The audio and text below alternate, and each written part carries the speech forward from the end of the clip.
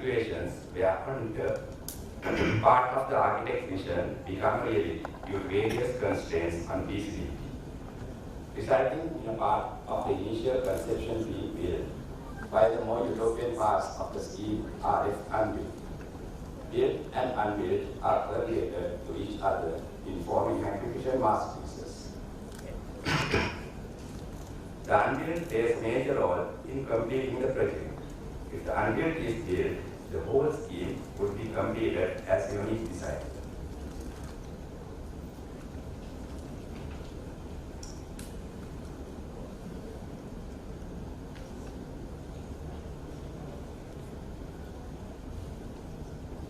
As architects, the above scenario is applicable to all of us in many ways. I have selected 3 of my projects to demonstrate the idea.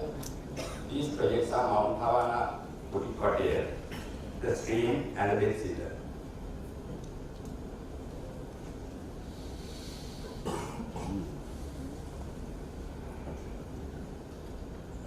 First, I must draw your attention to the first project going to be present today, the Mount Havana Boutique Hotel.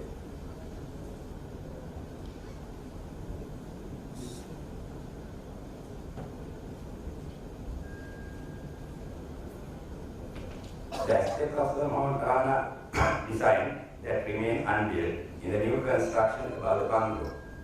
8 individual clusters were designed on the peak of the mountain behind the main building.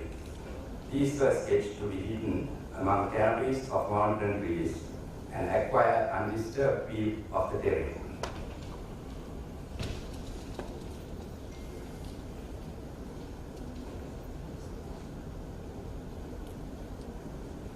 This part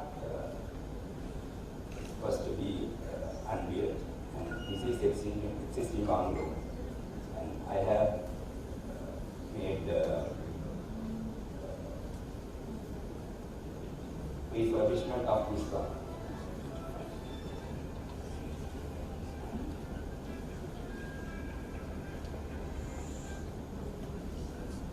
The site is located in Kampala near Kandy City, Sri Lanka.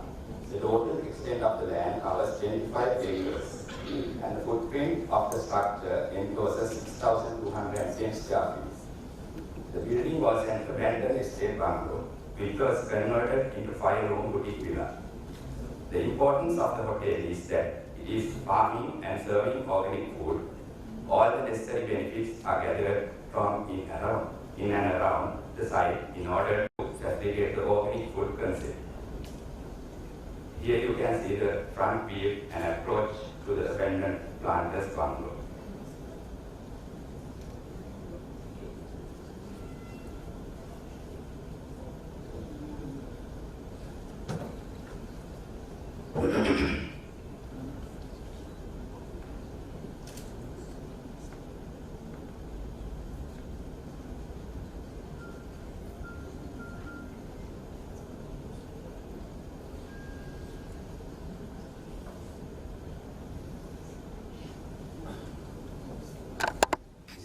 Section of the entire project.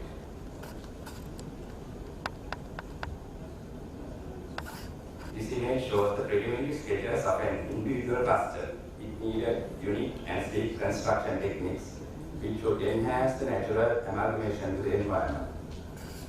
These rooms would increase revenue for the hotel, contributing to the economy of scale, and they would also allow greater access to the expansive natural beauty of the site. Financially, the completion of the structure was unfeasible and practically it was challenging. The service, support and the kitchen would be housed in the central bungalow. The elevation of the site makes providing services from the central location a challenge.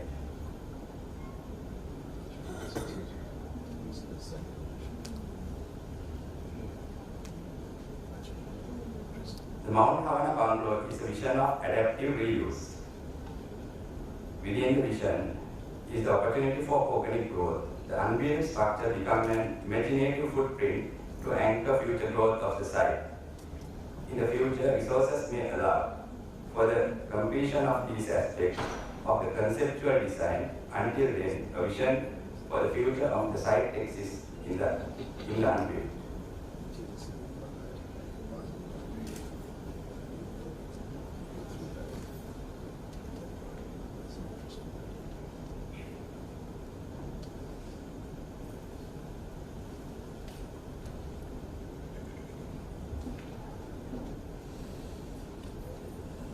This shows the present design. It is the portion of the original plan that was built. This is the section and the elevation of the built structure.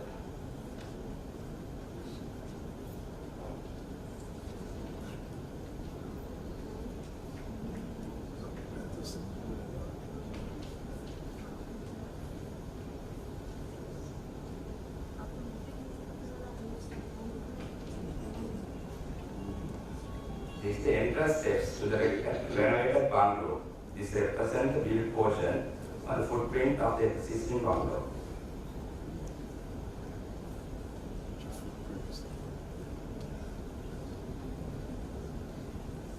Retaining walls and pathways were designed to incorporate existing trees and natural features.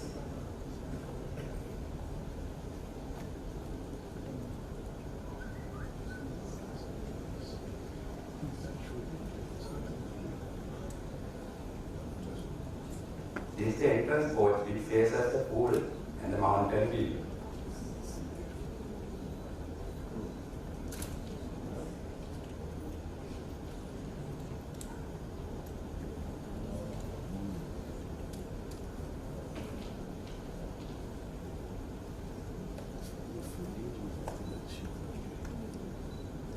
Newly built retaining walls used to be material from abandoned walls on the site.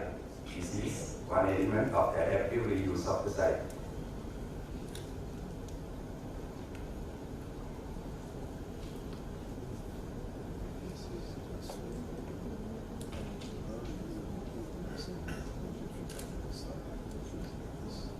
This is the interior of the bungalow.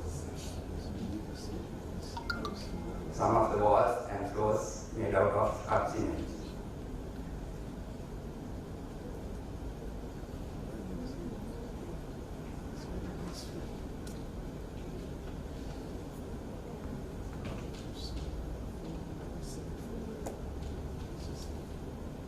This is the restaurant area.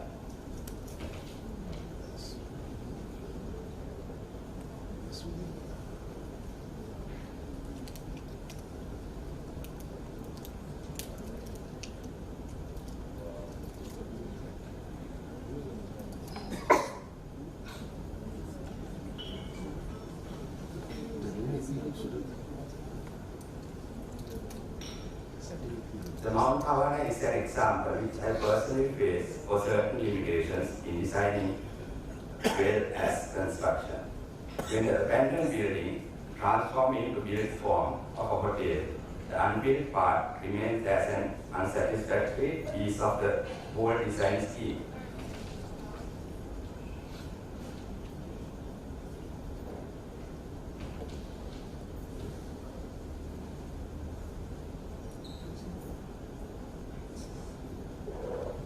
My next project is the stream that is also a boutique villa.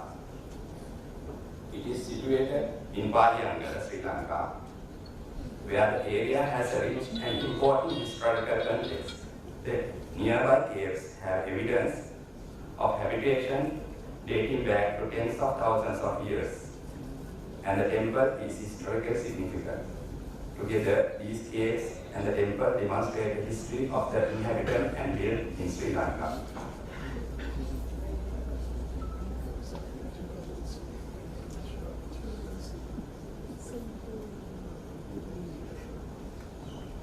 The villa itself, situated on 384 acres of land, a stream called the Nika runs across the site, dividing the site into two, where a vast tea plantation covers rear side of it.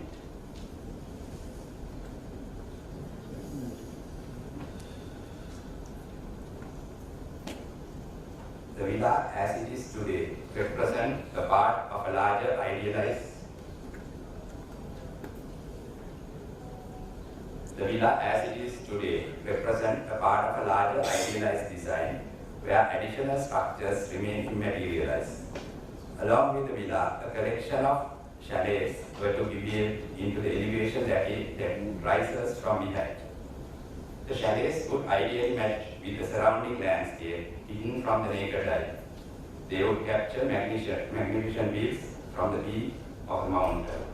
The reception building across the stream would link the whole layout and reflect the shape and design of the villa.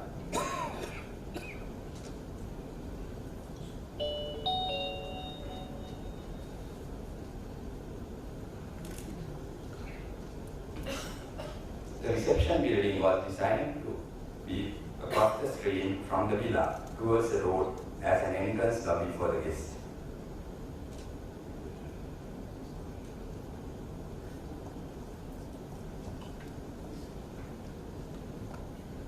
The restaurant was designed as a large open gathering space where the guests could meet and enjoy.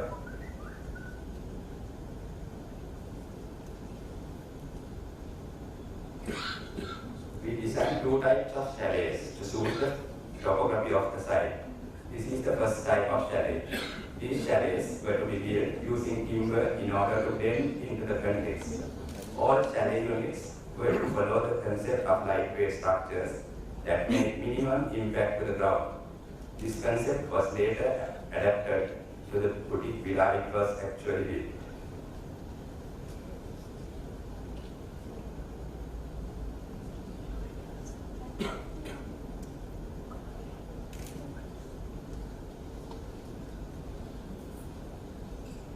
And this is the design for chalet type 2. These structures would support the sustainable economic of the project and allow focused and multifaceted use of the site. The chalets, restaurant, and the reception, however, remain unbuilt. Permission for construction of these buildings were not granted by local authorities.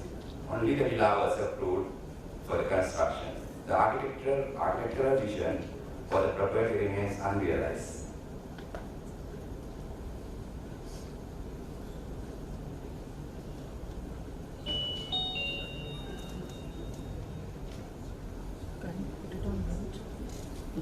This is the conceptual sketch of the boutique villa that was built.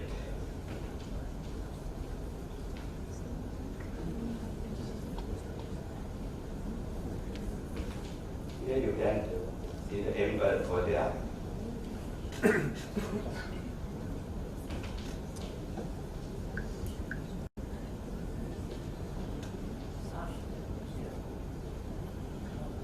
And this is the layout of the villa structure.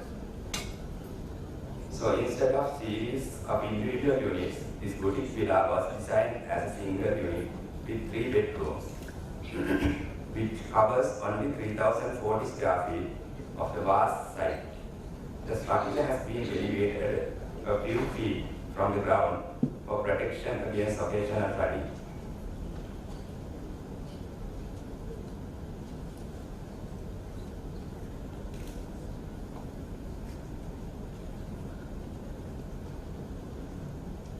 Section of the built structure and the elevation.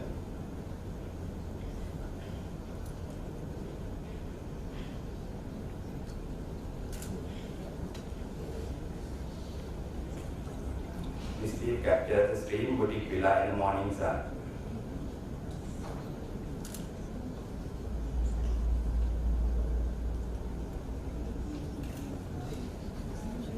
The approach to the stream villa has its own journey. One arrives at the site and approaches the villa across the suspension bridge which spans across the stream.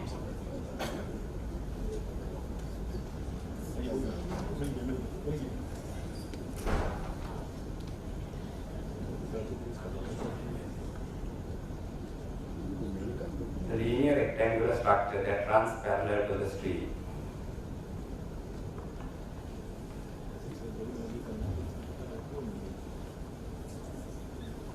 This is the elevated entrance veranda.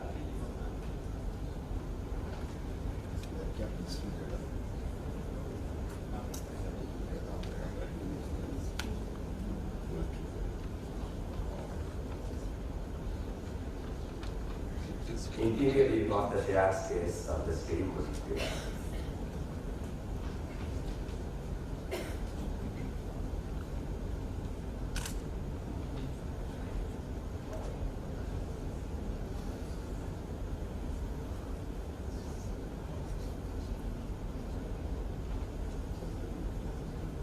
Bedroom with its exterior deck.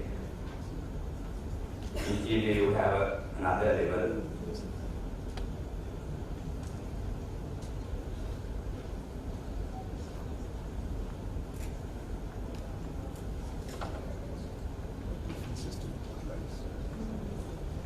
To conclude the project, Stream Boutique Villa is an ideal masterpiece for the landscape and the build form. Reveal adaptability to the context.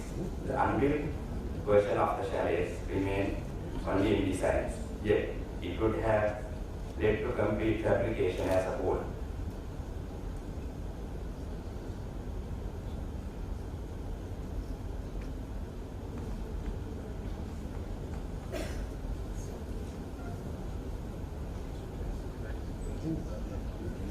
When it comes to the bedsitter, the sudden requirement for a dwelling for my family became the initiate to the design.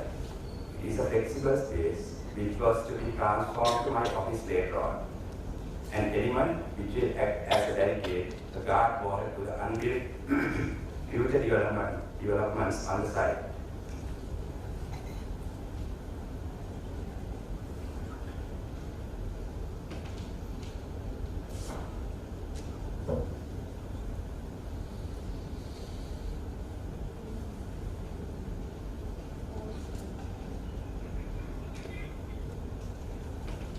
There is always some aspects of an idealized conceptual plan that does not become brick and mortar. When the architect designs for others, the limitations on the build come from others. Time, money, practical utilitarian considerations, and the process of being granted approvals are all beyond the control of the architect. But when designing for ourselves, this dynamic changes. We are demanding visionaries who know just how much good design matters when we build for ourselves. The only limitations we have are the ones we place on ourselves.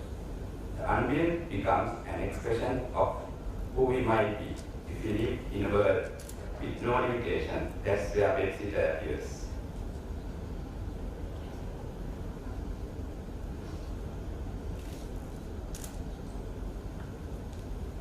Conceptual design for the future developments on the site included my future home and a third structure. This third unit was to be built between the bedsitter and the main house.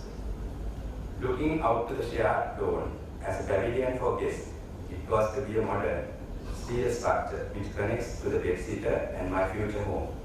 It would offer a way to share the main house without compromising privacy and autonomy while highlighting the communal and connective load. It remains unbuilt.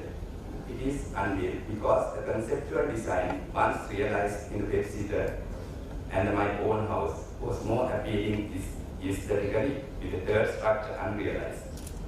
In other words, the architect's own limitations reaffirm the aesthetic of the design, but remain unbuilt preserve the beauty of the existing structure.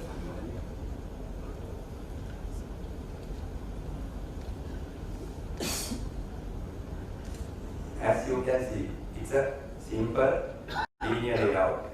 You enter to a gravel court from the main door, facing a small pond at the opposite end. The living and dining shared space, which gives access to the bedroom on one end and the services on the other end. Large openings on the wall opposing roadside gives ample width to the lawn. The bedsitter holds footprint of 1,529 square feet on the 142 perch land and its minimalistic flexible structure that is welcome to change.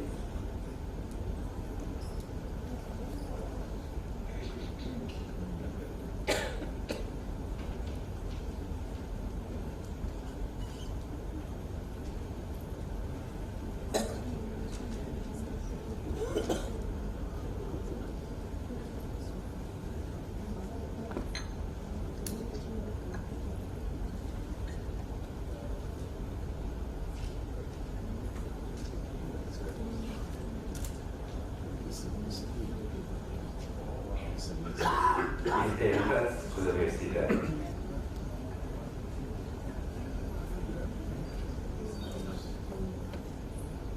The travel port.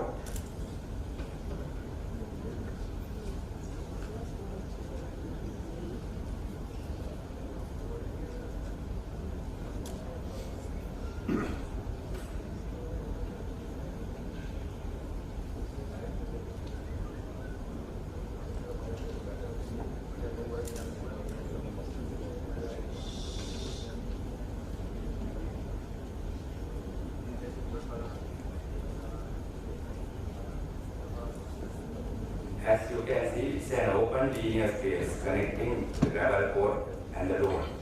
This simplicity is what makes the design flexible to future developments.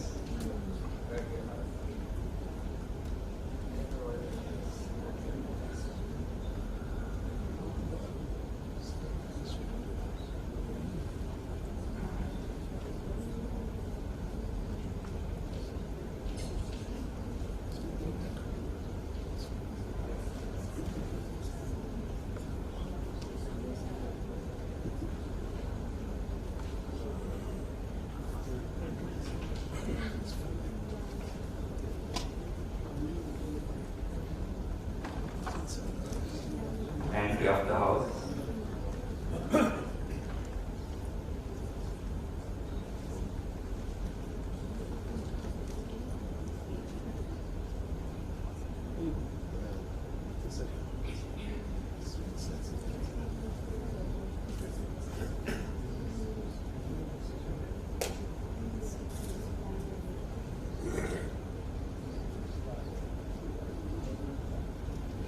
The room serves as a transition between the bedsitter and my home.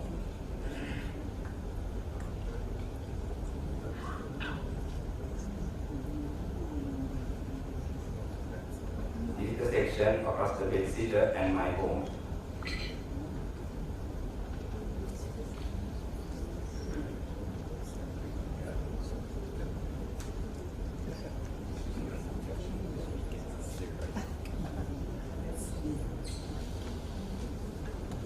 This is the design for my own house, which also follows minimalism and simplicity. It has a footprint of 4,122 square feet.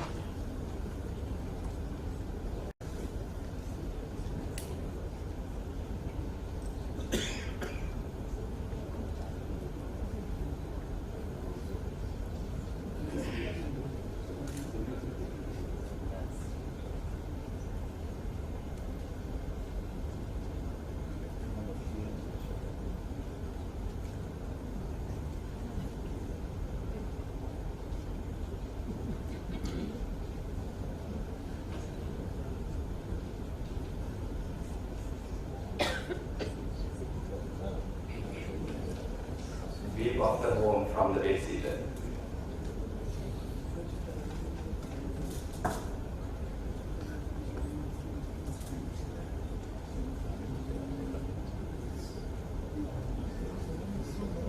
The main hall of the house is shared space that opens out to the rear garden.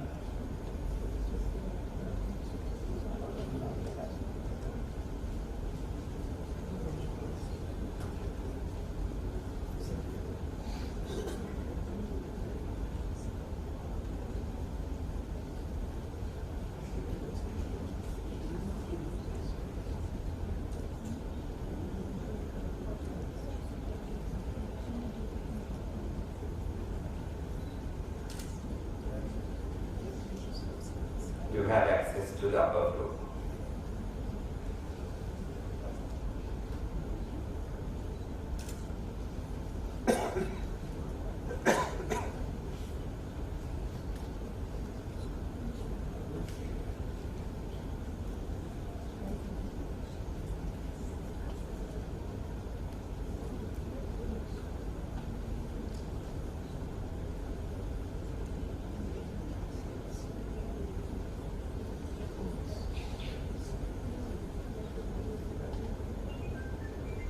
Bedrooms opening out to the rear garden.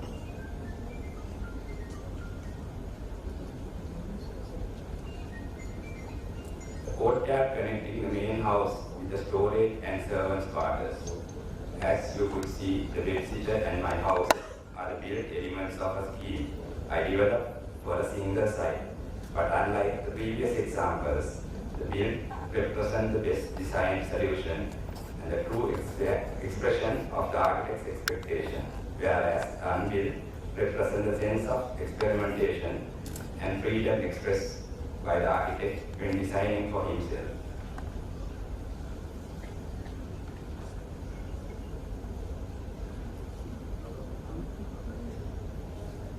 Practical limitations in architecture exist on all scales, and the vision we conceive for a project may never be completely built. So in practice, projects generate conceptual designs where only a part of the envisioned dream may be realized.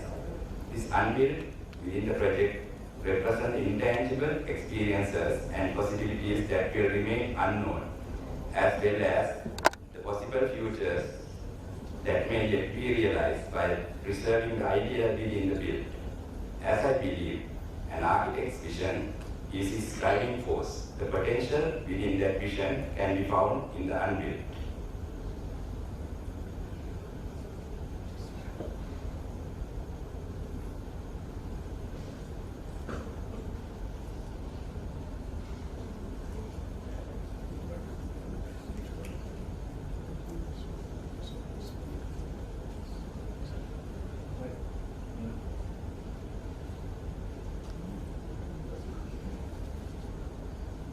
There is no reason to regret that I cannot.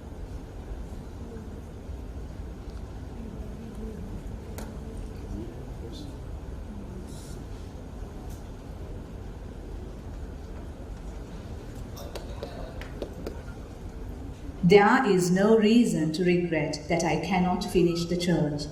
What must always be conserved is the spirit of the work, but its life has to depend on the generation it is handed down to, and with whom it lives and is incarnated. Antonio Gaudí. Thank you.